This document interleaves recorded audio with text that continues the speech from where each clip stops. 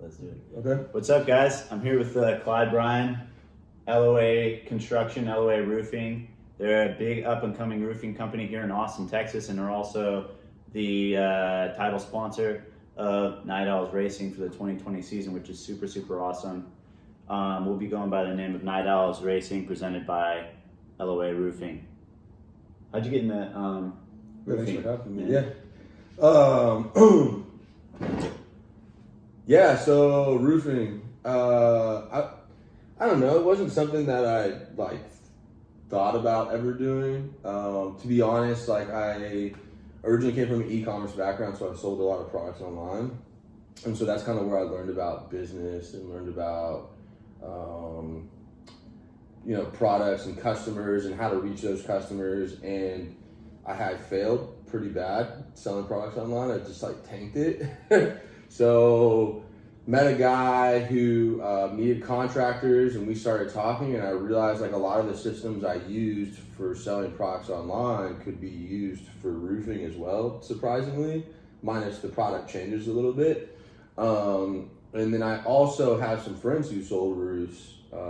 They lived up in Dallas and in Houston, and so I always heard the bad stuff about construction and contracting and roofing.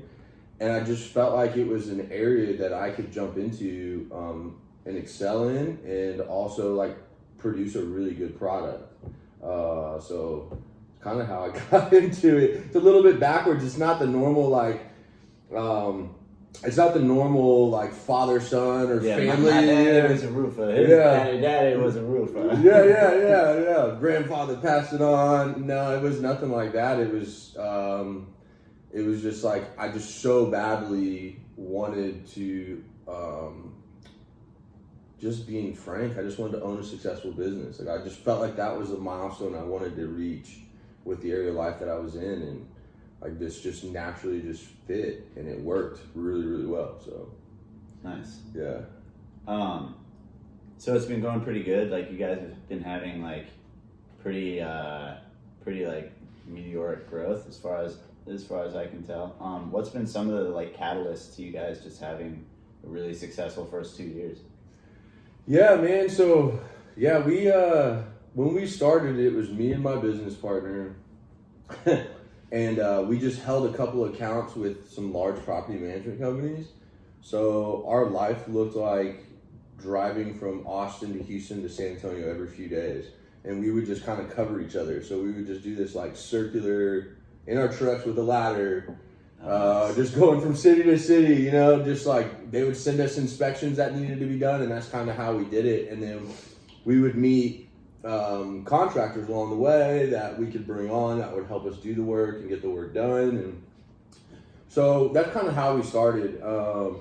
I think one of the biggest catalysts for us, though, was in the very beginning. We hired a business consultant to come in, and we realized how much experience we didn't have as far as creating LLCs and creating marketing plans and budgets. And what's an LLC? Limited liability company. It's basically how you register with the state to say that, hey, it's for really tax purposes more than anything. It's a registered business with the state of Texas. Okay. And then therefore you can, if you have that, then you can offer, or you can hold what's called a sales and use tax certificate or license, which states that when I buy my products, I don't have to pay taxes on those because I'm going to pay taxes on what I sell. So it's a big tax thing. Okay. Yeah. It's just a way that the state recognizes me as an actual business. So come tax season, they know hey, I need to pay them taxes for my sales tax for products I sell. Yeah. And then also the federal government needs to know I'm a business, because then they need to know which tax bracket I fall into and how much money I owe them at the end of every year. Oh, so business to business sales don't have sales tax? No, they do. They do. Yeah, they do. But you have to register for that. You have to get the federal government, and on a state level, they have to recognize you as an entity that needs to have that done. Okay. Otherwise, you're just an individual person just selling stuff. And then you if you do that, then you're taxed twice as much, because you have to pay taxes on your products and then you still have to pay your use and sales tax. Yeah. So you have to pay taxes twice. So it doesn't make any sense. So yeah, I didn't know that. We had to hire somebody to teach us that. Yeah. But I mean, yeah, we didn't know how to run a big business, you know. So, and we knew we wanted to be huge. So we're like, okay, let's start planning from the jump, like how to be a big company. And so we hired somebody to come in, and that was what really skyrocketed us. There was two things. It was that business consultant, and then the second part was 7 months in, we hired a coach who ran a $50 million a year roofing company, and we hired him to come in, and then he helped us build systems that would support $50 million a year, like in revenue, because obviously, like, you know, just me and my business partner couldn't do that. So what are the systems we need? How do we build them? Who do we hire? What are the job titles? Like, what are all of those divisions within the company that need to be developed to support that kind of growth? So yeah, I mean, we started at our first year, we did 800,000 in revenue. And then this past year we did close to 6 million. So it was significant growth really fast. Yeah. And then this year we're on target to do probably about 10 million. Nice. So 2020. Yeah, 2020, dude. This is like a big year. Yeah, we have. It's been a lot of fun, man. I mean, the coolest piece about the whole thing is having, we started to hire people on, and we really didn't know what was going to happen. So it's a weird place to be in, to like have faith in yourself, to know you're going to be able to produce an income for somebody else. Yeah. It's a very bizarre like space, because you're like, oh, I hope this works, because now this other guy's life depends on us making money, you know. So, but when we finally made that dive into it and did it, that's been the coolest thing, is seeing our employees and how their lives have, like, their level of life has actually like upgraded because they work with our company, you know. And, you know, seeing what they're able to do in their lives, like buying houses and taking care of their family and going on vacations. And that's been like one of the coolest things, is now, you know, it started off with 2 of us. Now we're at, I don't know, I think we're somewhere around 20 something employees now. Wow. Yeah. And all of them are just like, they're killing it.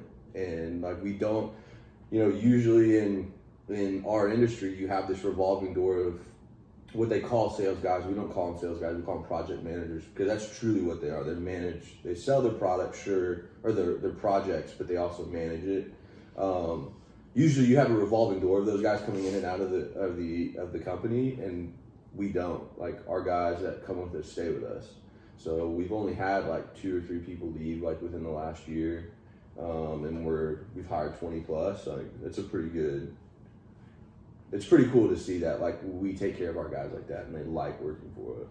Yeah. I watched some of your videos online, and like what really stuck out is that you're trying to create like a brotherhood around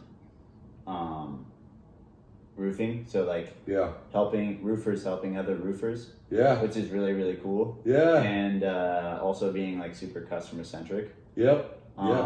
Big time. Like in a lot of business, there's a lot of like cutthroat like mentality. Mm-hmm. Why'd you choose to go the direction of like just always being willing to reach out and like help lift other people up, even if they're like a direct competitor to you? Yeah, so I battle with that mentality all the time.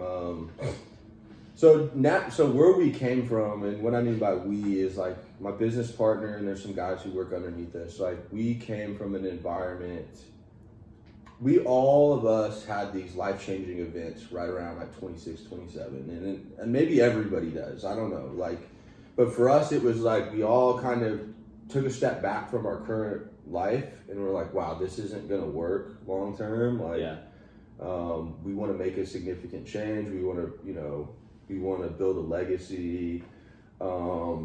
We wanted to be providers to not only us, but our future family. And so we had this big like perception flip. And at the time, the way to do that was, it was a lot of like people helping us get to where we needed to go. And when we asked those people like what they wanted, they said, we just want you to pass it on. So like, you go help somebody else. So that's kind of like ingrained in us, is like help other people. I know some like really successful guys too that, you know, their biggest belief is the reason why they're so successful is because they help other people become successful. So I think just naturally that was just the way we thought, you know, is like we just need to help as many people as possible. Now I have mentors who are sharks, you know, like I have mentors and business consultants that work with me that are just, these guys do not play. They're like the Ray Kroc of business, like shove a hose in their competitor's mouth while they're drowning, you know, like they will take their competitors out. And I think that helps me like kind of balance out, you know, that, because sometimes I can help too much and I get myself into a position, you know, or we've learned those lessons in our business too. Is like we'll give anybody a job. Like if you want to work, if you're hungry, come work. But now we're realizing that doesn't always work. Like we need to be a little bit more selective. So yeah, I mean, naturally with that, like we just decided to, and also too, in this industry, and I think I kind of touched on this, is when I say I'm a roofer, people automatically come up with this image of what a roofer is. And usually it looks like a beard and a beer gut and doesn't understand business, probably has very low like communication skills, you know, doesn't understand time frames. And even more so, people who are more familiar with the roofing company, they think, you know, people stealing money from old people. Like there's a bunch of stuff on the news, even recently, about some guys in San Antonio who just, you know, took a bunch of money from this community and like didn't even do the work. And so they got arrested and they got sent to prison, thank God. But like that's the image that roofing has, you know? So the only way to combat that is to team up with everybody in your industry and go, hey guys, like, look, let's change this. Let's not be these guys. So you're like building up the image of the whole industry is the goal. Right, yeah, change the image, you know? And with that, you know, comes like a level of professionalism that I think this industry is really missing. And I think, you know, the people who were running this industry before, they're retiring, they're getting out of the game, and now it's our turn to kind of step up. And so, you know, I just feel kind of like it's my responsibility and my duty as, you know, a man and as a business owner to be that, right? Is to make that change. Like, what's that legacy that I want to leave in 40 years, you know? So while of course we are a profit-driven company, like we do want to make money, like we do, you know, we want to provide a level of living for ourselves and for our families that's pretty high. We also want to do it ethically, and we want to do it, I guess, I heard somebody told me there was a word that Whole Foods made up, and it's profit conscious. Okay. Yes, whatever that means. But I mean, it kind of makes sense, and like I kind of like that. Like we want to make profits, but we want to do it, you know, we want to do it ethically. And so while we're, you know, kind of tying it all back in, is like why we're helping other roofers is to bring that standard up. Is like, let's push that out. Let's make that so that doesn't happen anymore, and let's professionalize our industry. I mean, we're on people's homes, right? Like, people's families live in these homes. Like, people spend a third of their paycheck to pay their mortgages. Like, it's important that we put a good product on these houses, that we're not just, you know, we're not just throwing a roof up just to throw a roof up. Like, and so yeah, I mean, I just feel like, you know, if we all come together, we all work together, which we do. There's a bunch of roofers in Austin that I work with.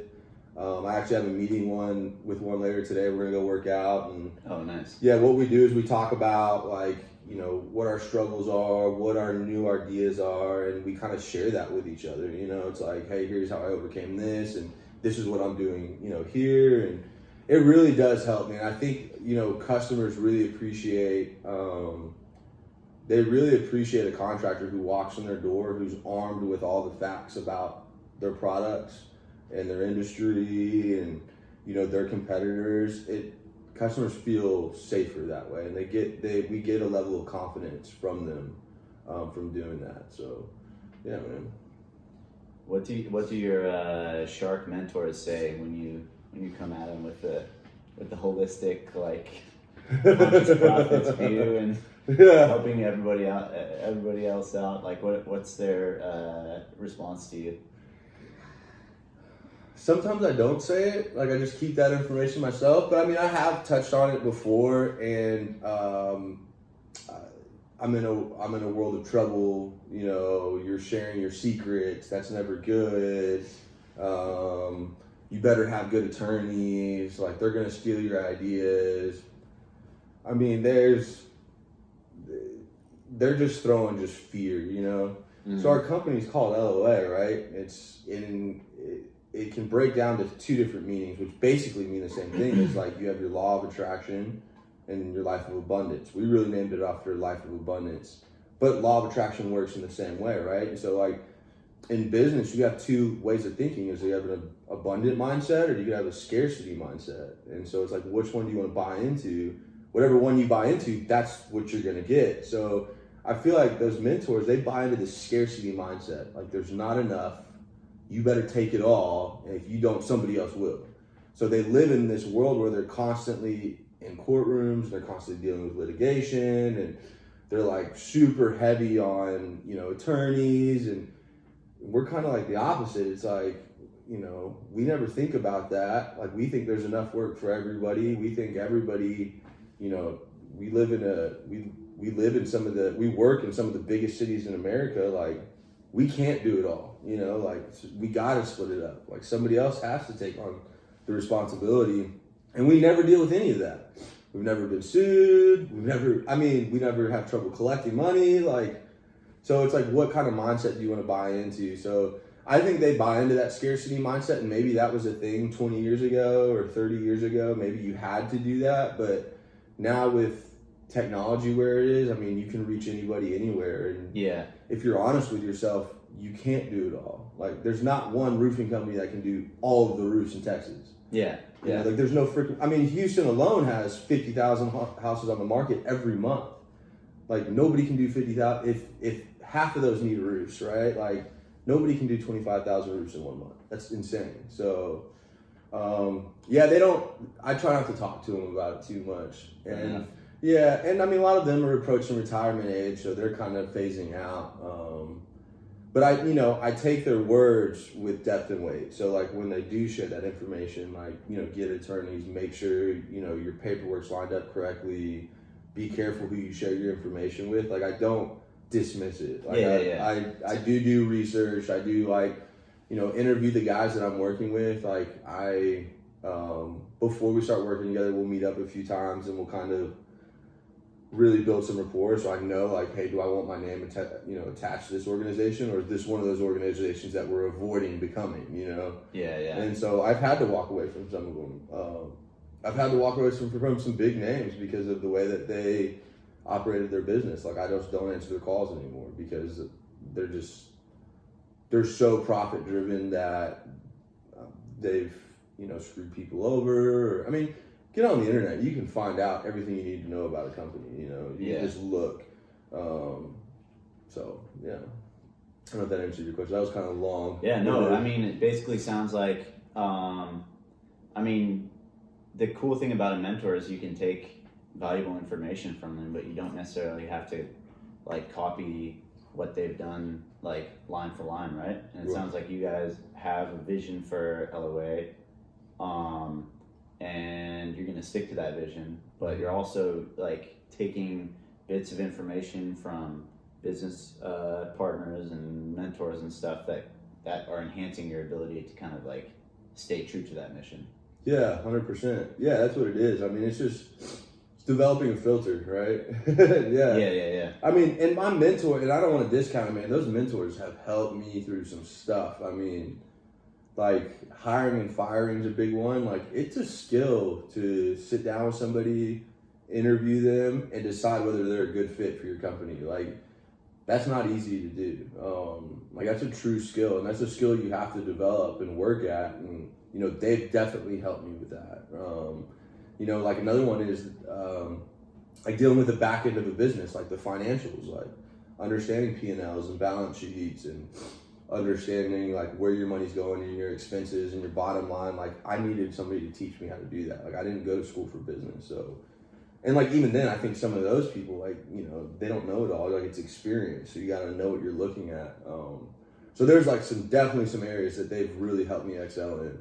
But I think also too, and maybe I'm wrong here, is we're entering an age now where it's different than it used to be. You know, like people like me and you are coming up, and like we're gonna be, you know, like we're gonna be the leaders in this upcoming generation. So I think the mindset's a little bit different than it used to be. But I could be wrong. I don't know. Maybe that's just what I surround myself with. It's just positive and abundant, and that's just what I receive. So I don't know. Law of attraction, baby. Yeah, right. Yeah, law of attraction, man. I'm only gonna attract the best, you know. So That's awesome, man. yeah. Yo, we were talking about caffeine and pre-workout and stuff beforehand. Like, what's your go-to workout situation? Like weightlifting or high intensity, training or cardio, or what are you guys doing out there? Yeah. I've bounced around, man. I started off, bodybuilding. I guess you could call it weight training, more than anything. I mean, the goal was like, how big can I get? It was like, I just want to be the biggest ever. Yeah, I think every guy goes through like a gorilla jacked phase. They're just like all the time at the gym, like eating exactly what you're supposed to be, bulking and just creatine, protein, slamming bench press and yeah, just benching. Yep, that was me 100%. Like chest, back, arms every day, like no legs. Oh, you gotta get the squats in, man. Yeah. Well, I learned that, yeah. I started off weight training, and then I moved into more functional fitness, high intensity stuff for like 5 or so years. And then I started getting injured a lot. So like my knees and my hips and my ankles and my lower back started to hurt. And I don't know if necessarily it was from form as much as it was like probably recovery. Like I should have been recovering differently. And I know that information now. I didn't know that information then, It used to be just a foam roller 15 minutes before and 15 minutes after, which is not enough if you're, running miles and then, cleaning like 315 pounds and then doing 40 pull-ups. I mean, like you need significant... It's a good start. I mean, there's a lot of people who aren't doing that for sure. Yeah, right. Yeah, I mean, I got up to a pretty high level and then just like, was just injured all the time. So. Yeah. Now, man, what I do is honestly, I just hit the gym 6 days a week and I do bodybuilding type stuff. But more so now, what it's about is just about being healthy.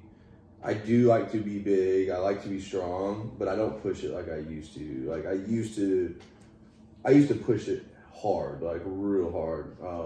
Now I don't push it as hard, but I'm moving more into a stage where I'm starting to think about my cardiovascular system a little bit more.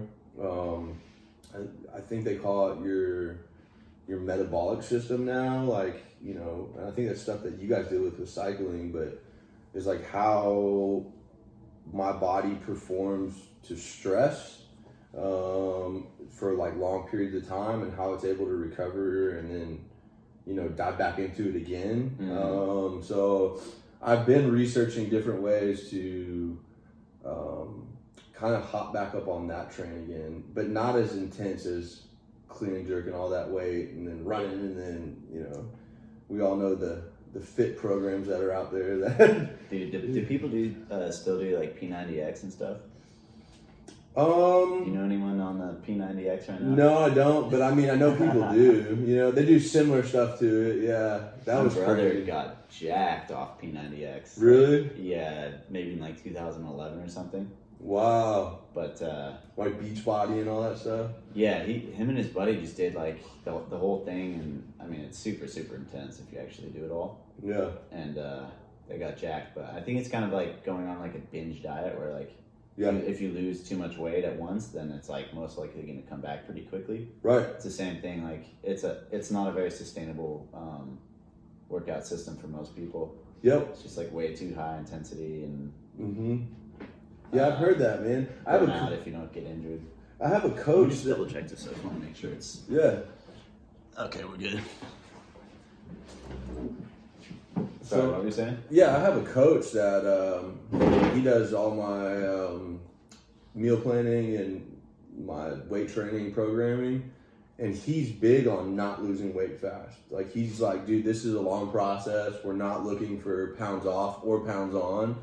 what we're looking for is the aesthetics. So we're looking at how you look and how you feel, which was kind of a trip to me because those are metrics that we used to use, forever, right? It's like the weight. Yeah, your weight, right? So he doesn't go off the weight; he goes off of how I look. So I'm constantly sending him pictures. The mirror test, baby. The mirror test, yeah. So he's always pointing things out, like, "Hey, look at all the fat you lost here. Look at all the fat you lost here, or look where your muscles did here." And that's been cool to see, and that's sustainable. Like that stuff stays. Like that's not because it's not fast. It's your body adapting and adapting to the performance that you're asking it to do. So that's been cool to see. Like I've been working with him for like 6 months, and I started at 235, and I weighed weighed 235, and I was at like 14% body fat. And now, like 6 months later, I'm at like 220, but I'm only at 10% body fat, which is like kind of a trip because I told him I want to be at 200, thinking that 200 meant ripped. Yeah. And he was like, "That's not how it works, bud. Like, like it doesn't work like that. Like, this old mindset that we all have, like thinking losing weight is good or gaining weight is good. It's not about how you lose or gain. It's about how you get there. Like, so are you eating good foods or are you doing your cardio? Like, are you actually taking care of your body? Not just like slamming into a diet to lose 15 pounds in 30 days, because you're going to get it, you probably get it all back, or your body's going to be under so much stress that you're going to get injured or sick or. Yeah. Yeah. And it's just not going to be fun. No, sucks. What are you eating? What's he have you eating?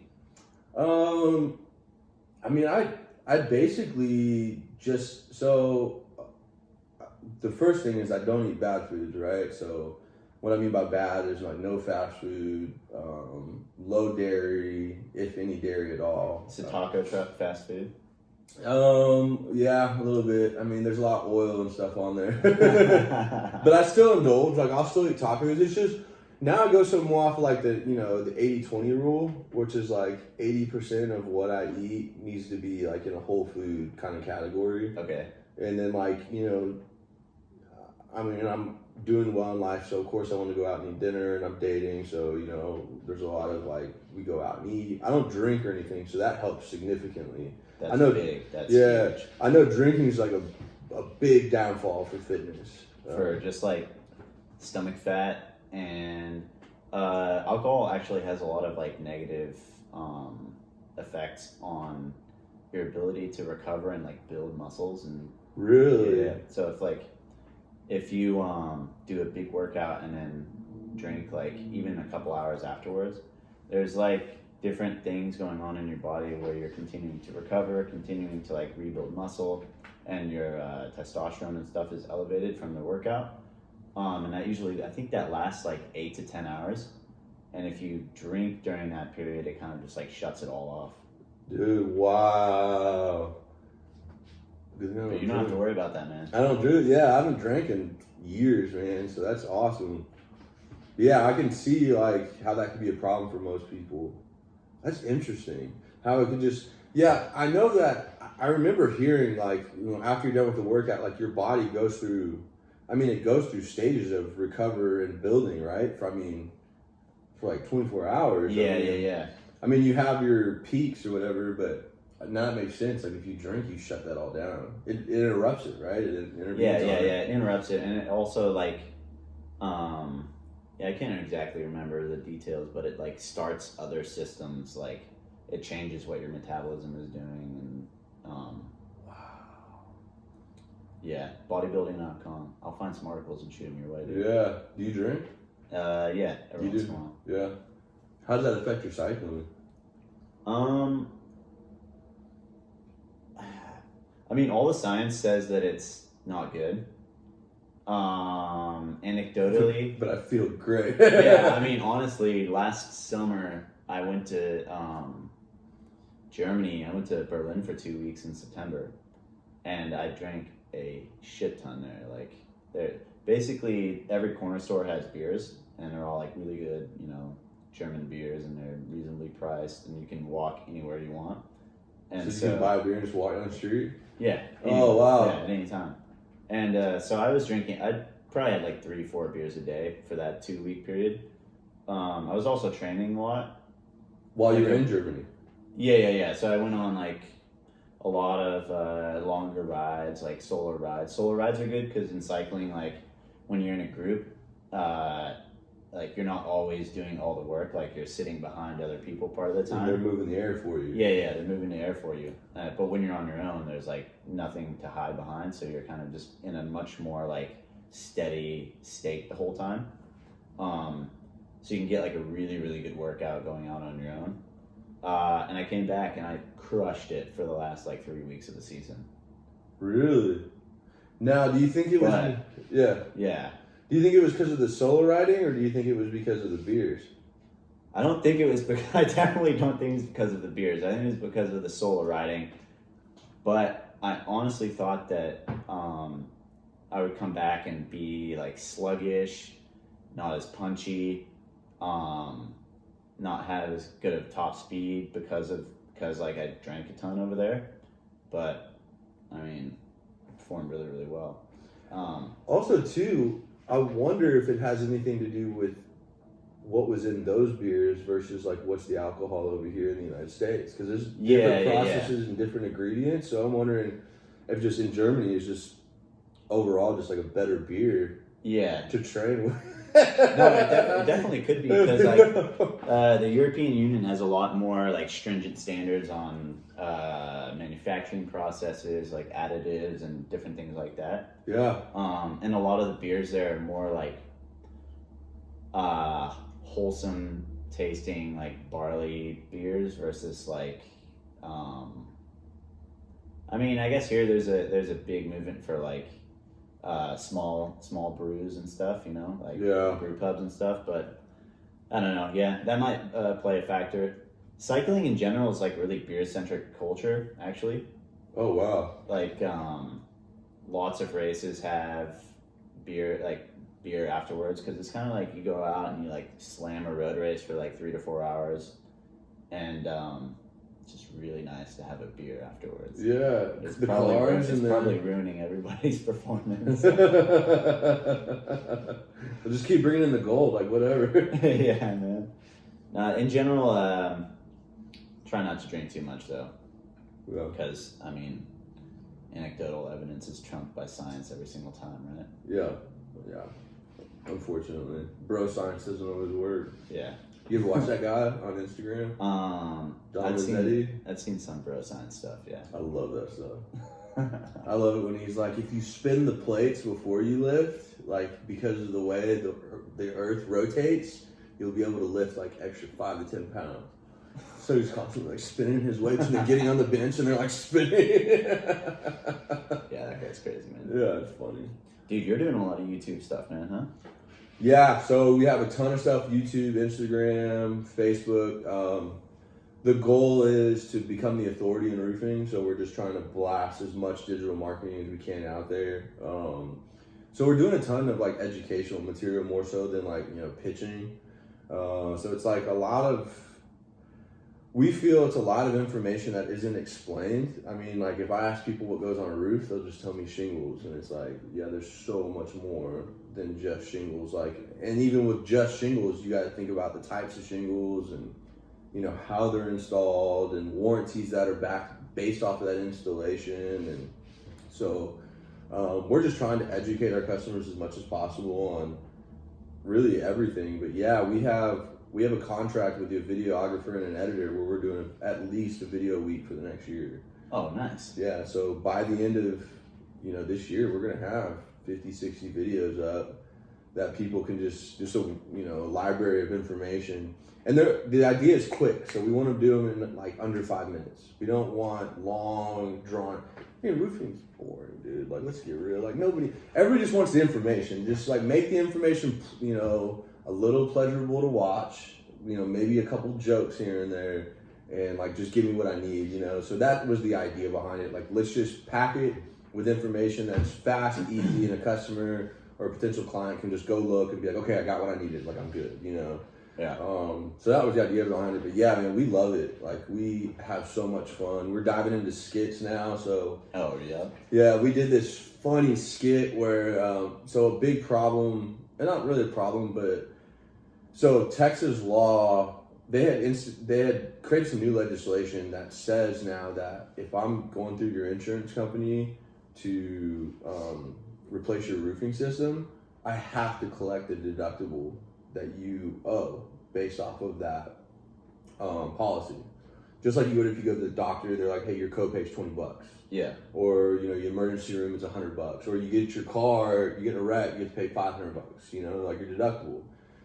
So what was going on is there was a ton of insurance fraud where people were just like cutting deductibles, and it was costing the insurance companies a ton of money. And that's why, you know, roofing has such a bad rap, is because of all of that. You know, like there's just so many ways to commit insurance fraud. So now Texas law is like, you have to collect a deductible, and if you can't prove it, we're coming after you, like with criminal charges. So when we go, you know, when we're dealing with some of these customers, the first question out of their mouth is, you're going to cover my deductible, right? And because that's like ingrained in their brain. Yeah, because that's how it's been for the last decade, you know, and it's like, we can't. So instead of like constantly, well, I mean, we still have to educate, but we created a funny skit around it where me and my business partner walking up to a house and my production manager's there, and, you know, we're going to inspect his roof and we get the insurance paperwork, and then he's like straight up like, you know, I want you to cover my deductible, and it shows us like flying out of the seats, like disappearing off the screen. And so, and then it'll show me explaining, like pulling out Texas law and be like, hey, look, we have to, like, I can't, I mean, it's the law, you know, like, I can't go to jail over this, you know? So I think it was a funny way to inform customers about, you know, what needs to happen now in today's day and age without like making it so serious. And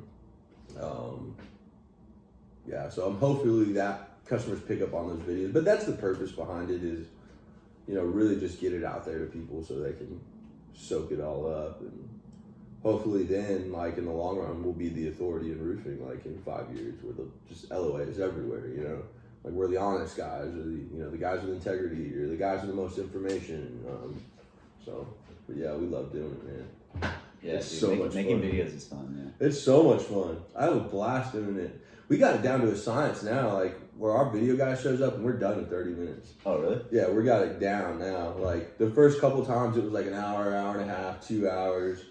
Now he just shows up, we have an idea, we like game plan for 5 minutes, and we're like, okay, this is what we're gonna do, and then he sets up the camera and we just hit it. Do you guys come up with the idea? Or does he come up with the idea? A little bit of both. So we'll bring like, you know, the roofing knowledge to the table, and then he'll be like, okay, this is how we're gonna do it. Okay. Yeah, and then he'll be like, you know, I think it would look good this way, or, you know, like it'd be funny if we did a skit because this is serious this way, or so we kind of just collaborate together like on site. It's not very planned out, which I like. I mean, I don't want to sit there and write scripts, you know what I mean? Yeah. Some of my best ideas just come. Like I just say them, you know. I'm like, oh, where did that come from? So that's kind of the way we do it. That's awesome, man. Yeah, I just posted a new video too. So anybody watching this, look up LOA Construction on YouTube or Facebook or Instagram and watch our vids. You know, subscribe, like, comment. Let's go. Let's go. Good morning. We have a blooper reel now too. So like, yeah. I told him I wanted him to save all the funny parts and like make a video for it for the end of the year. So he's already got some, and it's hilarious. It's so funny, man. My business partner's the funniest guy. Like he just has the craziest facial expressions when he doesn't know the camera's rolling. So he's just always doing weird shit in the background while the camera, because like we'll just keep the camera, like, you know, like what we're doing now. Keep the camera going and you just edit pieces out. Yeah. So like the camera's just going and he's just like, he's hilarious. Some of the stuff he's doing, some of the stuff he says when he doesn't know his camera's on. Like some of it's super inappropriate. I could never post it anywhere. Like it'd be like an internal company thing, but it's funny stuff, yeah. But yeah, we love doing that. Yeah, we just want to educate people, man. Educate, yeah. So. Hell yeah, man. Dude, cycling. Yeah. Does your coach have you doing any cycling? What's your knowledge about cycling? Yeah, so my knowledge is so actually now twice a week I'm supposed to be on a stationary bike for 30 minutes, which is not what I want to do. You should get on a non-stationary bike. I want to, man. I totally want to. I'm a little nervous to ride with you guys though, because you'll just blow me out of the water. You're gonna need to like tie a chain around your bike to mine, so when I get tired, then I can just lift my legs up and still be with the pack. I feel like you guys would lose me. My cardio system is just off. It needs to get back on. But yeah, I don't know a lot, and I want to know more. I would like to get on a bike and ride with you guys. Yeah, dude. Yeah. I was thinking it'd be fun to put together like a little like a sponsor like ride where we'd have all the sponsors come out, do a ride together. Yeah. How do you? But aren't bikes pretty expensive? Yeah.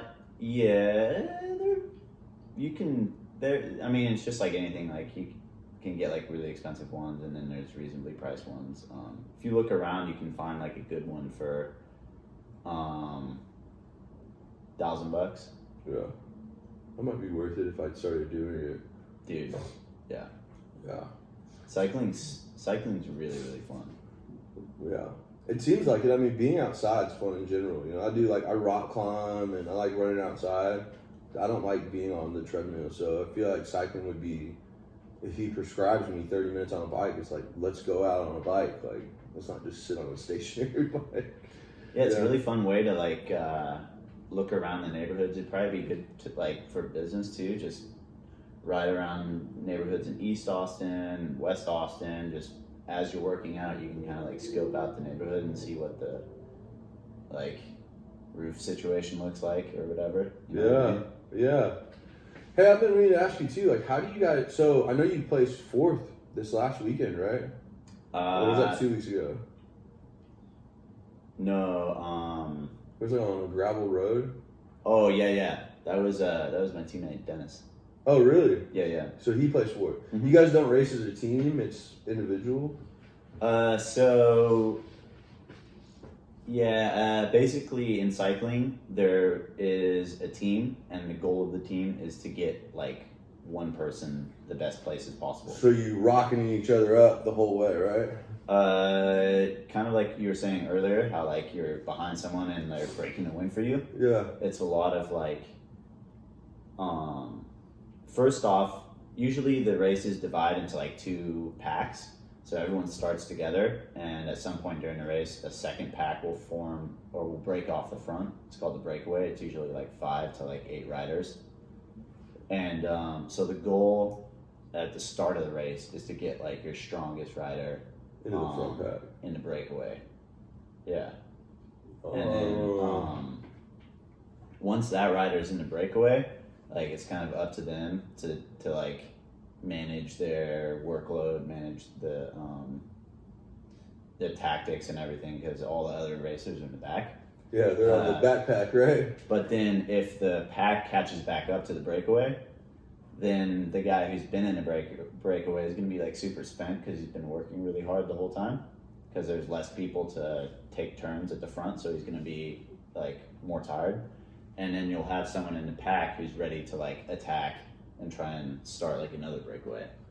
Wow, so there's some cool tactics behind it. This is like a strategy. Yeah. It's super, super heavy on strategy. So it's like, I was talking to this guy I was on a ride with the other day. I was like, so I grew up swimming, endurance, and then I ran track in high school and college, distance. And I got burnt out of both those sports. And I'm like, hey, like, let's try cycling. And sometimes I'm sitting on my bike, I'm like, what the hell am I doing? Like, I'm doing the same thing. I'm just like torturing myself for like hours on end, like pushing my body. And instead of being in a pool or like running around, I'm on a bike now. Yeah. But the main difference is the tactics. And the team too. You're no longer by yourself, you know? Yeah. So it makes it more, I feel like it'd be a little bit more enjoyable, like being with a group of guys. Yeah, I mean, there's team tactics in running too, but it's just the aerodynamics of cycling makes it so much more important. Yeah. And there's in sprints, there's tactics where a team will like line up, so they'll have like a guy who can put out a lot of power for like 800 meters, and he'll be at the front. So say you're like 1,000 meters from the finish. You'll have, you'll try and get organized like maybe 3-4 miles from the finish. You'll try and get organized and get your guys like together in a line. And then when it comes time to like make the final push, the one guy will do like 600 meters like all out, and the guy right behind him, and then the third guy is the sprinter usually. And so those guys are working pretty hard because everyone's going really fast, but they're not working nearly as hard as the guy in the front. And then when there's like 400 meters left, the guy at the front will peel off, and then the next guy will like go all out for like 200 meters. And then it's kind of the prerogative of the sprinter to like decide when he wants to like move out into the wind and make the final charge for the finish line. Wow. But then there's like other teams doing the same thing. And in cycling, like plans never, hardly ever, at least amateur cycling, plans like never really work out because it's just like so discombobulated. There's people, like you can't plan what other teams are doing. You can't plan what other teams are doing. Like the pack will just shuffle around. So at the end of the race, you're usually trying to execute those types of tactics, but instead of using your own teammates, you're using other people. So someone will like be like, screw it, I'm gonna try and make a push for the finish line like 1,000 meters out, and then like other people will jump on his wheel, and then you just got to make sure that you jump on like the right wheel, because if you're like 6th or 7th, you're not gonna have a chance really at the final sprint. But if you're like 3rd or 4th, you're gonna be in prime position. But if you're right on that guy's wheel, chances are he's gonna run out of energy, and then you're going to be hung out to dry too far from the finish line. And someone's going to ride your wheel. Someone's going to ride your wheel and go around you. Yeah. Dude, we got to get you out to the driveway. Like, it starts in like 3 or 4 weeks. I think I told you about it before, but it's a short like circuit bike race at a car racing track east of Austin, not too far. Okay. Is it a Coda? No, it's not a Coda. It's called the Driveway. It's actually really? a sick story. Like this guy was a car enthusiast, and he wanted to build a racetrack on his land out there. It's just on the other side of 183, but the city wouldn't let him. So he basically made a driveway to his house. His house is like right in the middle. He doesn't live there anymore, but he made a racetrack out of his driveway. So he basically this played guy. the system. Yeah. And created like I think it's like 1.1 miles. It's like a super sick racetrack, and it's technically his driveway. But and then he held like car races out there and stuff on his driveway. That's amazing. Yeah, it's pretty dope. I love that stuff. Yeah. That's so cool. Yeah, I definitely want to see that happen. I definitely want to come out there. I went to a race at Coda, and they were talking a lot about the aerodynamics of the cars, and usually you'll have 3 cars that are ahead of everybody else, because what they're doing is they're constantly shuffling around each other, because the car behind the front one goes 2.4 miles per hour faster than the car in front. So he's constantly catching up, and then he switched to the front, and then this one so they're just slingshotting each other around the whole track. So they get so far ahead of everybody else, like nobody can keep up. At that point. And then really, the tactics come in with when do you pass? Because like you said, you don't want to pass too early, because then that car might have an opportunity to pass you and land in the first place. So they're constantly shuffling around and playing off each other the last like 3 or 4 laps of the race. Yeah. It's cool to see. Like I didn't know that, because I was watching it and they had to explain it to me, but I was like, wow, that's freaking amazing. That's the only reason I knew about that. So it's the same for biking. Yeah. It's like, I guess it would be much more extreme in like Formula 1 or NASCAR or like MotoGP, because the faster you go, the resistance from the air gets like exponentially stronger. Yeah. So like if you're like riding down the street at 5 miles an hour, like hardly any of your energy goes into braking through the air. It's mostly going into like maintaining your momentum against the earth. But when you're going like 30 miles an hour on the bike, it's the complete opposite. It's like hardly any of your energy output is going to like maintaining your momentum versus the ground. Mm-hmm. It's like almost all going into just breaking through the wind. Wow. So if you can like hide behind someone, I think it's like the second person is like 30 to 40% less work or less air resistance, and then the third and fourth have like another like 5% added onto that. So it's like massive effort savings. Wow. And in NASCAR, it's got to be massive because they're going so much faster. 200 miles an hour. Yeah. Have you ever been out there driving? No, I was supposed to go twice now, and I haven't been able to do it, but I want to. Yeah. So I have a pretty fast car, and I've been wanting to take it out there. Every time it's about to happen, something goes down. Like right now, my car's in the shop. So evidently, when you have a sports car, the engines run so freaking hot that any of the rubber gaskets that are used to keep fluid in the engine start to melt away. So you got to get them replaced every so often. That's like normal, like. That's what I'm told. I've never heard of it, but I have 4 oil leaks in different parts underneath my car from the gaskets that have just like deteriorated. Luckily, my warranty covers it all, so they're fixing it. But What do you have? BMW M4. Okay. Yeah, it's for. Do you rip it pretty hard? Oh yeah, I drive the shit out of that car, man. Everywhere I go, I'm slamming on the gas. It's so much fun to drive. I mean, it's for the price, you're not going to get a better car. Like it's still like an expensive car, but the performance that goes into that vehicle you still have all the creature comforts, where you're not just like slamming around in like a Porsche, Yeah, I don't know if you've ever driven a Porsche, but it's like when you get to like the 911s and stuff, you're driving There's one purpose to the vehicle. Yeah, it's to get on the track. You're not yeah. meant to drive around the city. So the BMW still has the creature comforts of when you're not getting slammed around the ride and all that, and you still have the steering and but you have the engine that's like. So I think my car goes 0 to 60 in like 2.9 seconds. What? Yeah, it's fast, dude. Dude, that's insane. Yeah, it's fast, dude. I love it. That's like, remember when we were in the Tesla? Oh yeah. For ludicrous mode. That's like not even much slower than ludicrous mode. I don't think. I think his is like 1 point something seconds. I thought it was 2.3. Oh, was it 2.3? 2.3? I think so. Really? I actually remember feeling the G's in that Tesla. Like I could. Yeah, I remember my eyes like pressing into my brain. Yeah. What the fuck was that?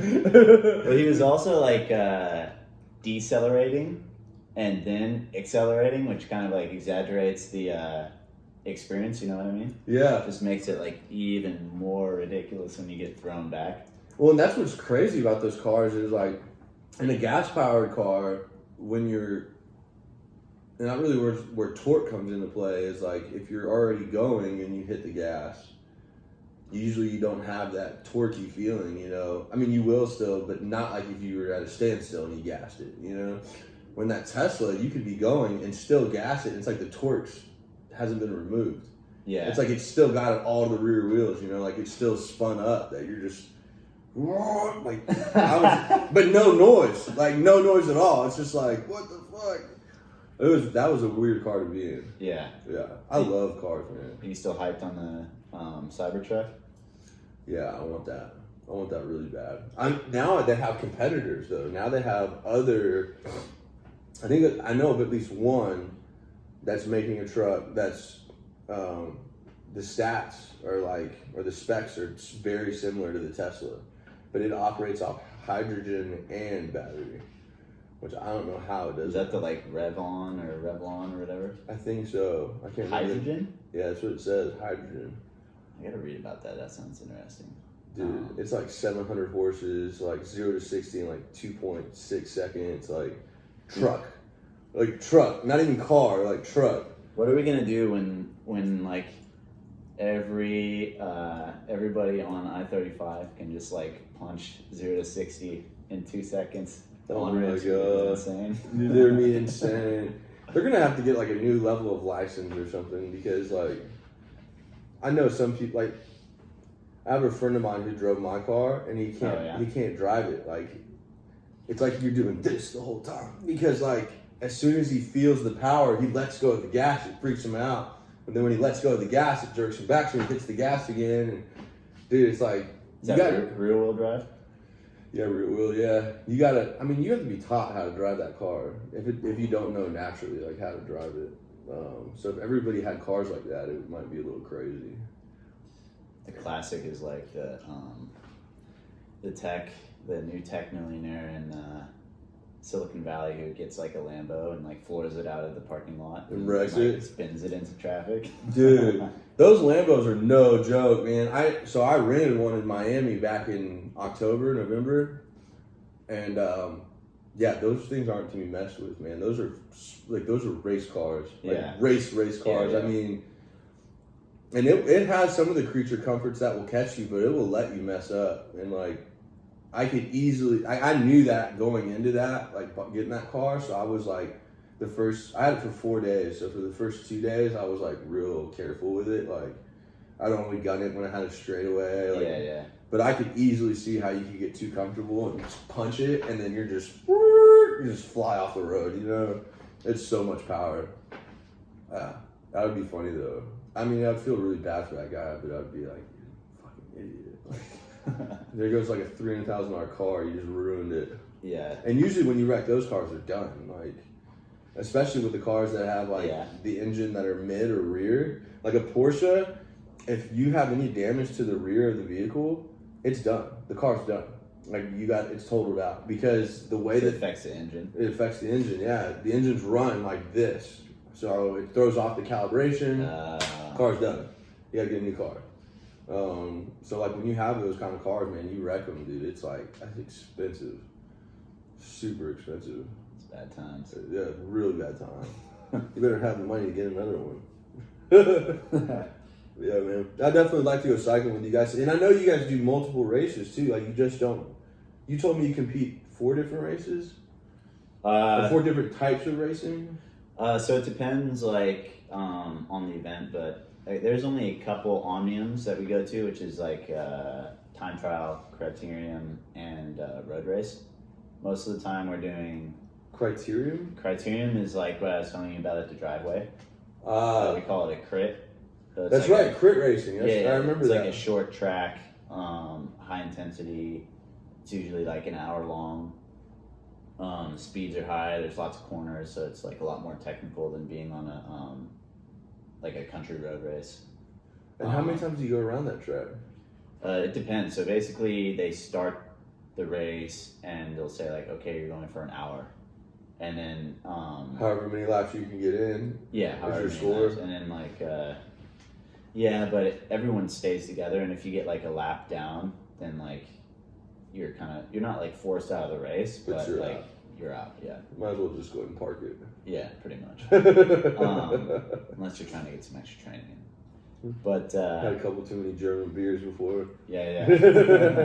I'm just here to be a part of the experience. Hey man. We love those people, dude. That's what keeps things interesting out there. Like, there's a lot of like dick measuring at the driveway, so it's good to have some like people keeping it chill too. Yeah, is it really? Does it get real competitive? I think it's kind of like to relate it to what we were talking about earlier, like helping out direct competitors. It's kind of like that. It's like it's like there's competition, but when you're on the track, it's like. You don't have any friends really. I mean, you're not gonna like do anything to put anyone in danger. Like that's like a big gentleman's agreement. Is like, don't put other people in danger, because it's amateur cycling, and like people have kids, people have jobs. Like no one wants to break a hip or anything. Like deal with that.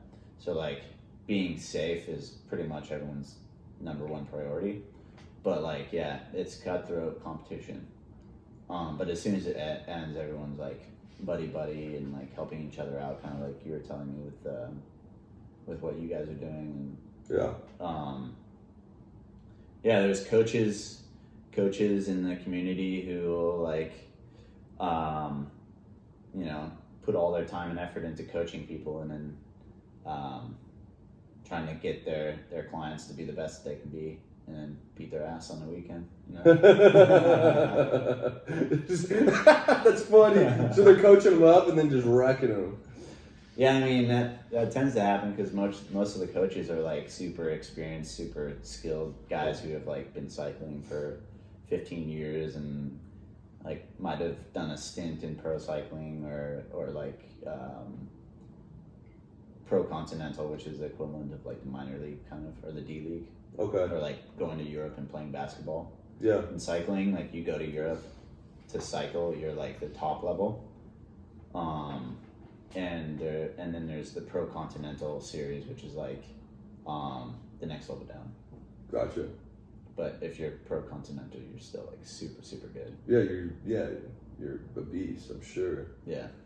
Do you ever have any guys that like start with you guys and they end up going to that level? Have you seen anybody kind of upgrade through? Yeah, I mean, there's a couple guys that we race with on the regular who are like, there's one guy, Colin Strickland, who's kind of, he started cycling really late, and cycling's one of those like old school, very structured, like sports with very structured progression as far as like the professional world is concerned. So it's like, you're really good as a junior, and you get on like a dev team, and then you get on like a pro continental team for a few years, and then you go ride in Europe, and then you go to like the highest level. And if you like start late, or you don't like find yourself starting in that cycle from the beginning, it can be like really hard to break into pro cycling. But this guy Colin started cycling, I think when he was like 23 or 24, maybe 22. And he's like essentially pro level. But he's kind of like forged his own path. Like he won the biggest gravel race last year, and gravel's like an up and coming discipline within cycling. And last year was the first year that like riders from pro teams actually raced in the race that he won. Wow. So like I say, he's essentially pro level, but he just hasn't gone to the pros. And I mean, he was good when I started. There's a guy named Lucas who's like 17 or 18 who's really, really good. He's kind of like more on the traditional track, so he's on the Pro Continental team. Yeah, I mean, Austin's like well renowned for being a super hot cycling community. Yeah. Oh yeah. You got John. What's that? Mellow Johnny's. Lance Armstrong. Yeah, I have meetings there all the time. Oh really? Yeah, and they have like a culture there. Tons of bikers just hang out around there. Yeah. Have you been to the Meteor on South Congress? Oh, you should check it out. The Meteor. Yeah. It's like a coffee shop? Yeah, so Mellow Johnny's is kind of like the old school cycling like mecca place in Austin. And the Meteor is kind of the new school place. Wow. They've been really, really involved with a few teams in Austin, and they support the Driveway series, and they have like a really, really good community vibe. Yeah, it's just a really good place. It's a coffee shop, they have food, they have pizza. Nice. Yeah. That's cool, man. I'll definitely check it out. Yeah. Yeah. It's chill. Yeah. I'll look at getting a bike. One of my sales manager, who I just promoted to VP, he got real heavy into biking. And then something happened, and he started weightlifting again, and he put on like 40 pounds.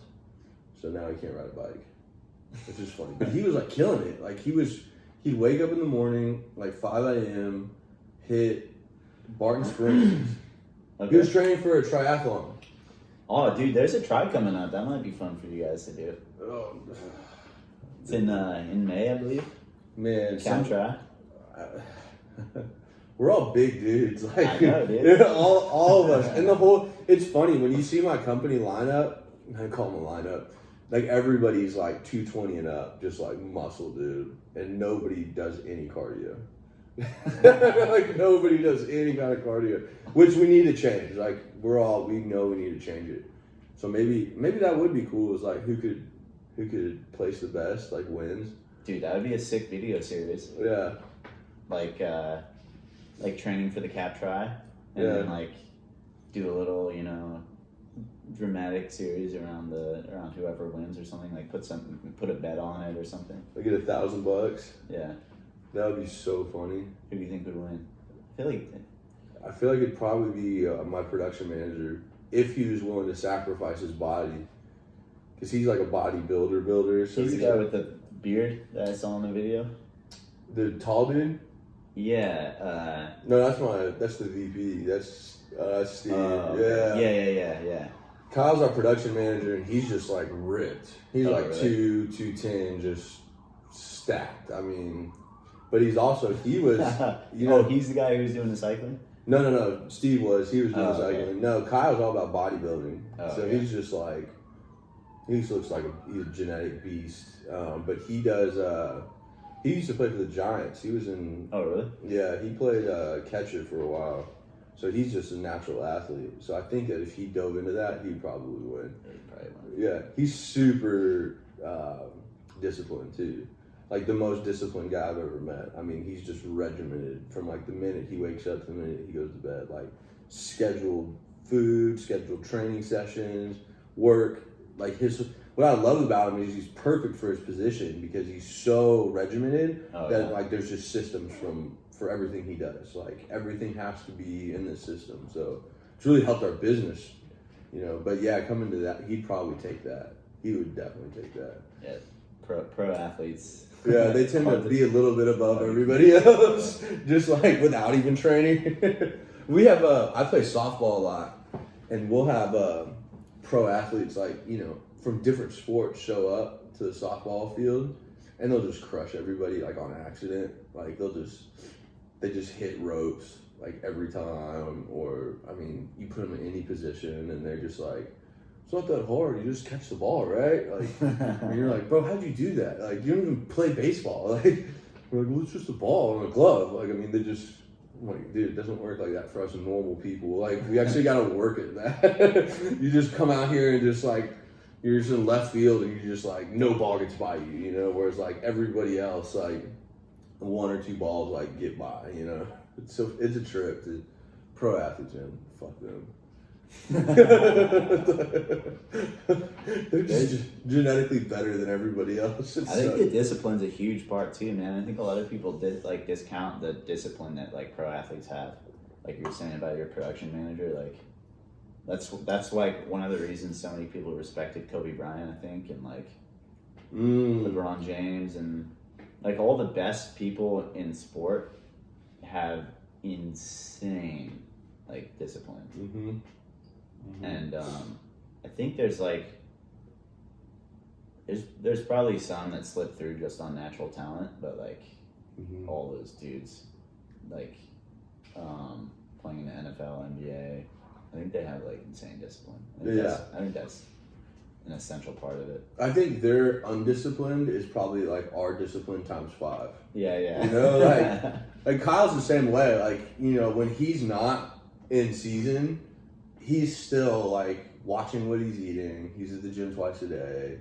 But he's like, you ask him and he's like, oh, I'm really not doing anything. I'm kind of just off right now. And it's like, bro, your off is like my on. Dude, how do we get to that level, man? Yeah, I think for him, it's just, he there's like the love of progression, like you were saying.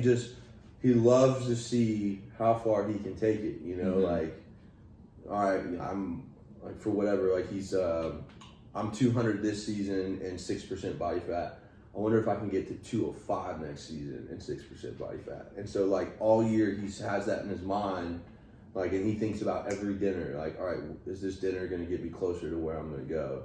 And it's so easy for him just to be like, yes or no. Yeah. Whereas like for me, I go through this whole, thing about, I can just run tomorrow and I can just burn an extra 200 calories. And if I sleep good, like, and I have all these excuses of why I can't do it. But yeah, I think that's the big game changers. They can just process that information so much differently than everybody else. I mean, I figure they do.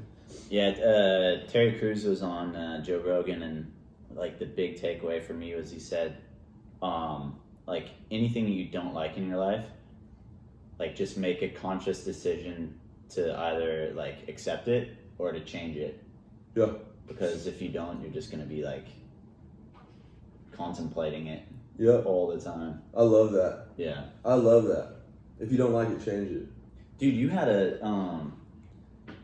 I just like last night I was watching these videos just to try and like get a little inspiration, and you were doing like a talk at is Lee your business like advisor? He's the one who owns the roofing company out in Florida. Lee Hay, yeah. He's a big roofers coach in the United States. Yeah. Nice. I think you said like problems can be if you have problems arise, you can either like fall into like one of two mindsets. It's like, oh shit, like what are we gonna do? Like how are we gonna solve this? Or like it's just a sign of progression and it's an opportunity to get better. Hold on, let me find exactly what you said. Dude, did I say that like on a video? Yeah, dude, it was money. Where did you find that video at? Was it on my page? I think it was on. Was it on Lee's page? I think it was on Facebook somewhere. Might have been on LOA. Interesting. I don't remember. Yeah, I remember that talk, but I don't remember if we got it on film. Oh, more problems mean that you're like growing as a company. Yeah, more problems, baby. Yeah, I had which is just like, yeah. No, that's really valuable because, dude, problems equal growth.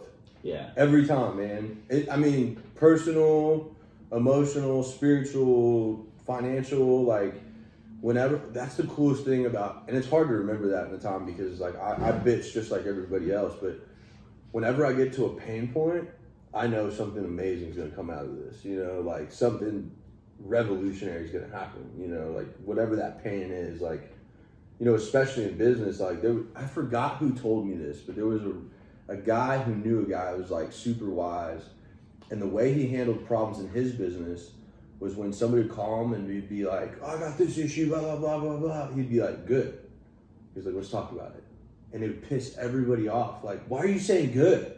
And he was like, well, he goes, every time I know that there's an issue, that means I'm getting better. That means my company's hitting a new level. Like, because we're having new problems. If we're doing the same thing over and over, we're not going to get any better. Which I thought was amazing, like when he said that, because you know me and my business partner, we're semi new to business, so like we get real worked up real easy, or we did, not so much anymore, but in the beginning we get so worked up like when problems would happen because we wanted it to go so smoothly. And when we changed that mindset, you know, the problems didn't so much seem like problems, but areas to grow into, you know, like, okay, like this is a new place we're getting to, you know, like one of the cool, and I think I'll get vulnerable here and share this with your audience. I think it's important to know. So in business, like, and it's easy to know this, like logically I knew this, it was just a whole nother level to experience it though. But like with growth comes cash problems. Like if you're going to grow as a company, you're going to have cash problems. Maybe not problems. Maybe you can mitigate some of those risks, but you're going to have a lot more money going out if you have a lot more money coming in. And if you don't have that reserve, like you're not going to be ready. We grew like almost times 10, which was when I tell financial advisors that, they freak out. They're like, how did you pay for it? You know? So what ended up happening with us is we grew last year. We were just like, sell everything. Like, let's just see what we can do. Like, let's just push the scale as far as we can and let's just like see what happens, which was probably not the smartest thing in the world to do, but I mean, sell everything as in like get as many roofs as possible. Get as many roofs as possible. Let's just go. Like, let's just go all out. Like everything, let's just do it all. And like we got into a real bad cash bind. Like freaked out. One time in August, that was so bad that we were like, we're gonna have to shut down. I don't know how, but we got through it, just like somehow. And then the last time was. Did you get like an extra investor or like? No, I think like we just like scathed by like, you know, the skin of our teeth, dude. Like I mean, fumes in the bank account. Like sometimes it would be at 100,000, and sometimes we'd have like $5, and then we have like 40 grand in payroll coming out the next day, and it was like, what are we gonna do? And then all of a sudden, we just get a bunch of checks in, like at the last 4 hours of the business day. Oh man, dude, it was like it was not good. It was not good. So it's like some Vegas emotions right there. Oh, and I'm not a gambler. My business partner, he's a gambler, so he handles it so much. But he's like, fuck it. Like, we wake up tomorrow, if we're in the negative, we'll figure it out. You know? And I'm like up all night, dude. That's why I hired a therapist. I spend a lot of money on therapy now because of all of this. But the last time was this holiday season, and when it hit the second time, that thought came up like, okay, one time's good, that means we're growing. Second time, that means that we're not paying attention to something. Mm. So we hired an accounting firm to come in and like tear our books up. Like, I want to know, well, I didn't know how to ask these questions at the time. Like, somebody had to teach me that. I was just like, I don't understand. How do we have no money? Like, we did so much business. Where's all of our money? That's the only question I could ask. So I had an accounting firm come in and they taught me like what the right questions to ask were. So they broke down all of our books for the last year and showed us like line by line different categories where we were spending money at the times we were spending them and like where we were bleeding out and why. So the cool part about it was because we had that crazy problem like in August. In August and then again in December, which bled into January. At the end of it, when all the stress was said and done, now we have like a whole budget for the year that shows where every dollar is going based upon growth that we want. Like it shows us what we can afford, how fast we can afford to grow if we do business according to this, standard, right? And they change it every few weeks. It gets changed. So that's kind of what I meant by saying that is like when you have problems that big, if you can just wait it out long enough, on the backside of it, you're going to have something that's going to be, and it's like Terry Crews. I could have just sat into it and been like, okay, well, we just have money issues. Or I could have been like, wait, maybe there's something I don't know and I need to be taught to show me, like how do I understand this so we don't have these problems anymore. So the reason why I say this is because all of that happened for the first time in our business today, actually, which is a new milestone. Not only do we have, not only are we looking at doing $1 million this month, which is insane. That is insane. 2x what we've ever done, right? In 1 month. In a dead season, roofers aren't even working right now. Dude, I was gonna say, like, how do you put a roof on when it's raining? Dude, it's hard. It's hard. We work in hours, in hour gaps.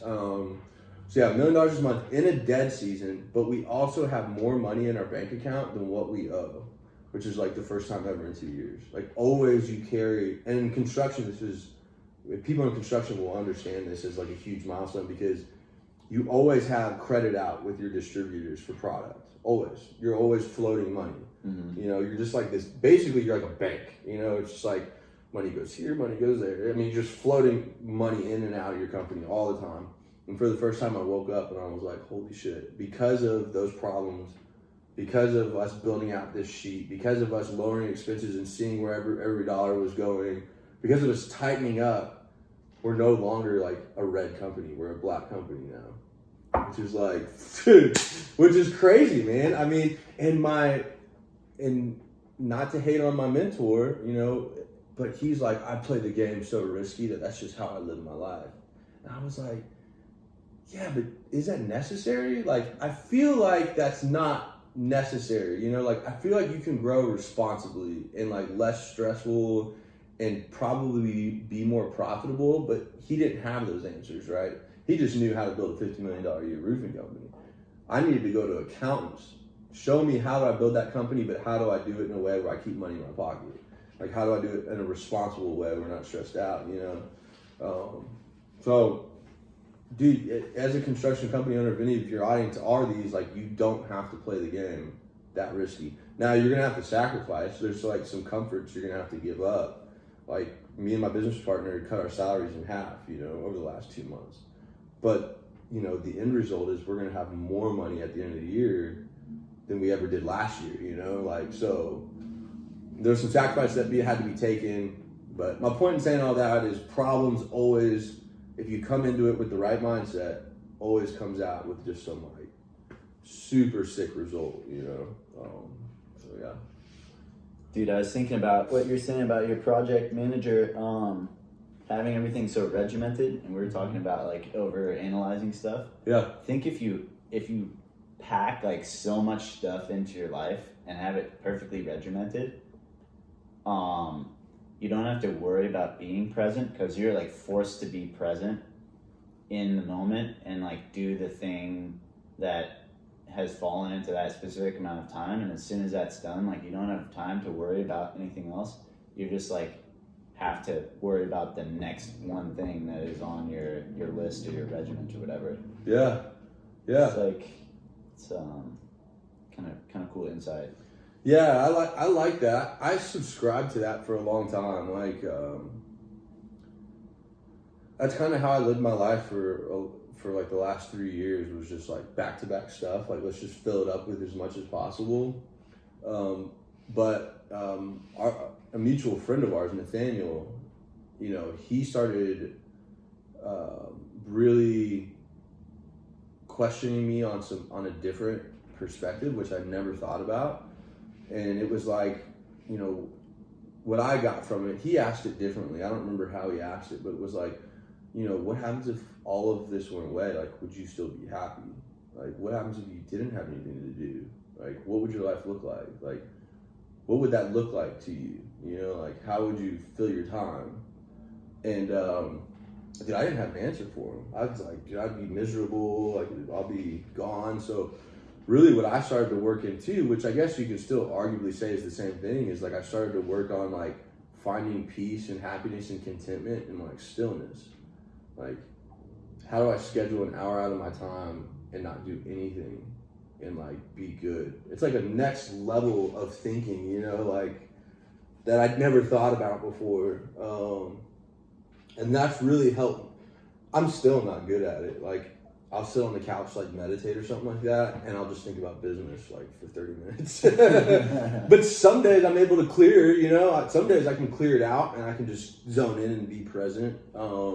But what I started to find, like the reason why all this came up is I started having like health issues, and because like I was just working. Like stress related stuff? Dude, yeah, bad, like not sleeping and, you know, having to go to doctors to get pills for sleep, having to go to doctors to get pills for depression, you know, like my body started to like, you know, my allergies were at an all-time high, like, you know, I was gaining weight when I didn't want to gain weight, like, I just became miserable because my life was so packed in with just fucking shit, you know, that, I mean, it has a good result in the end, but didn't promote wellness or health. Yeah. And so I think for me, what I had to do is delegate a lot of tasks out and start packing into life healthy things like, you know, cycling, like hobbies and, you know, wellness and, you know, looking at the foods I ate, you know, learning how to be still, like learning how to find happiness outside of, you know, business and, yeah, some Joe Roganism stuff. I love Joe Rogan so much. Yeah, who doesn't, man? He's the best, dude. I think he should start a religion. Like Roganism. He basically has a religion, dude. It's not titled like yeah, he religion. Does. Yeah, I he mean, does. Honestly, like starting a religion would kind of be like contradictory to like what you talked about. Yeah, no organized anything. Yeah, I love it, dude. We follow so much of his practices. When I say we, me and my business partner, like we both listen to him and like figuring out what he does and like how he lives his life. I mean, he looks good for how old he is. Yeah, dude. I think he like has worked out his whole life. He's also, I mean, he does like testosterone and stuff with that, which I think helps a lot. Yeah. He's super wealthy, so he can afford like all the latest and greatest like stem cell stuff and all that. But I mean, yeah, at the end of the day, he looks great. Dude, I want to do stem cells so bad. Dude. Yeah, well, me and Nathaniel. What? Do you have like a jacked up shoulder or hip or knee or something? I'm gonna do a full body, just everything. just juice it into my neck veins, you know. Like, let's go. But you know, my mom's a nurse, and she brought up a really good point because like Nathaniel was trying to find affordable stem cell treatment places, and she was just like, she was like really steering me away from doing it because she was like, it's not regulated right now. Like it's not as regulated as it should be, and you don't know where they're getting those stem cells from. Yeah. Like they could be anything. Like you don't know. Like they could not be stem cells, or they could be like jacked up stem cells. They could be jacked up stem the cells. Black market or something. Yeah, black market stem cells. Like you don't know where they're coming from, dude. Like you don't no clue. I mean, and I was reading something on the internet the other day too about how one of the world's what's the word? Like new markets that's like becoming the most profitable is blood. Like blood is now being traded like on a super high level now, like oil. For what? I mean, just like blood transfusions, or is it like? Yeah, people are just selling blood, man. Like it's becoming like a super profitable market. So like you go to like We Are Blood or something, you can do the donate blood, which is regulated and they actually donate it. Yeah. Or you can sell your plasma. Yeah, plasma has been a thing for a while. What do people do with it? I have no clue. They sell it for profit. Put it on toast? Yeah, put it on toast. Yeah, I have no idea, dude. I have no freaking clue. But it's kind of crazy to think about. Like, how wild is that? Yeah. Like stem cells and all this, there's becoming such a demand for it. Like, where do you get it from?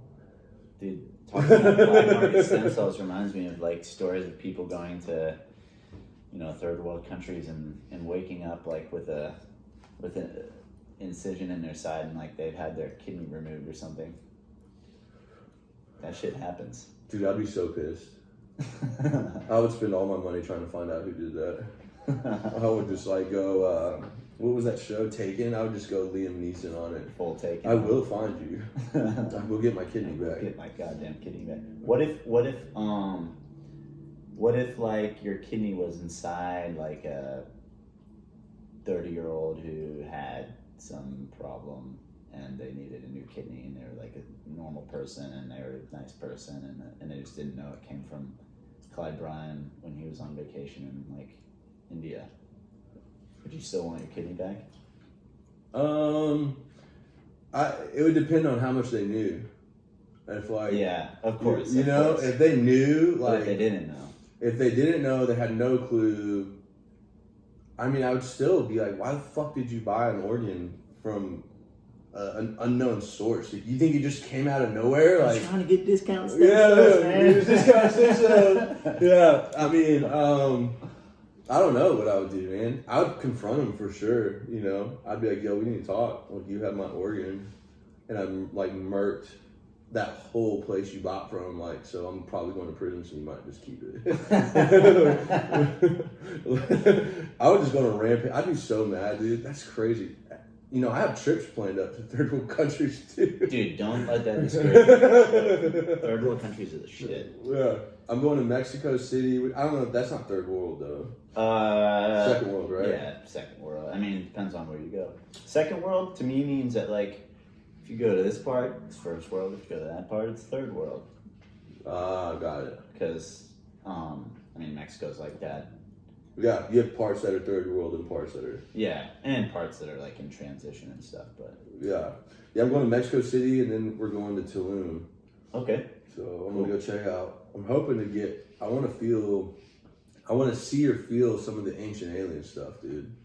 Oh, like those pyramids and stuff? Long, like, crop circles made of stones and stuff? Dude, I want to know. I just want to go see it. I love that stuff. I really do. You guys gonna do like an ayahuasca trip? No, probably not. But are you like totally off? Yeah, I don't do anything. I've read some books because I am on an antidepressant and I do have to take sleeping meds now. And I've been reading books on like how to rewire your brain and. Like, a lot of that involves hallucinogens, and I've talked to some professionals too, like an LPC, and who they're connected with some doctors, and they're actually, believe it or not, they're actually experimenting with psilocybin at the Veterans Center. Yeah. To treat PTSD. And I think a lot of mine comes from PTSD from like a past life I've, lived when I was like late teens, early 20s when I was wilding out. and I'm super curious about it. I'm just nervous. Like, I don't know, I don't want to risk my sobriety or my life at the expense of, mind-altering substance, Yeah. Yeah, like that's a scary risk to take. Yeah, I guess we haven't talked about that on here. That's a whole other conversation. But yeah, I mean, I'm down to talk about it if you're down. But I'm getting on time. Maybe next time. Maybe podcast number 2. Yeah. Maybe when the Night Owls, take first and LOA keeps blowing up, we'll go bad. Powered by gold. Or psilocybin. Yo, do you use honey? We have Round Rock Honey as our honey sponsor because we use honey in our instead of like Gatorade or anything. Really? Yeah. No, but I'd love some. Dude, we'll hook you up with some honey. Yeah, it's good stuff. It's like completely unfiltered. They just run it through like a sieve to get out like the bee wings and the like sticks and shit. So no protein.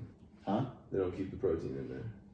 No, honey has, I think, a little bit of protein, not that kind of protein. No, I mean, if you want, you could probably roll down to Round Rock Honey and get the like bucket filled with bee wings and stuff. Oh, I ate a grasshopper the other day. Oh, really? Yeah. You'll find some of those in Mexico. Yeah, that's what I was at a Mexican restaurant and I didn't know, and they put grasshopper in there, and I was like, "Hey, boss, like, is that meant to be there?" And he's like, "Yeah, that's part of it. It's a delicacy." I was like, "Do you eat it?" And he goes in the bag. He's like, "How the fuck did a grasshopper?" We're gonna give him free food now. Yeah, it was a trip. Yeah. Well, you want to wrap this up, dude? Let's wrap it up. Cool, man. Cool. Thanks. Yeah, absolutely, man. We're really excited to sponsor you guys.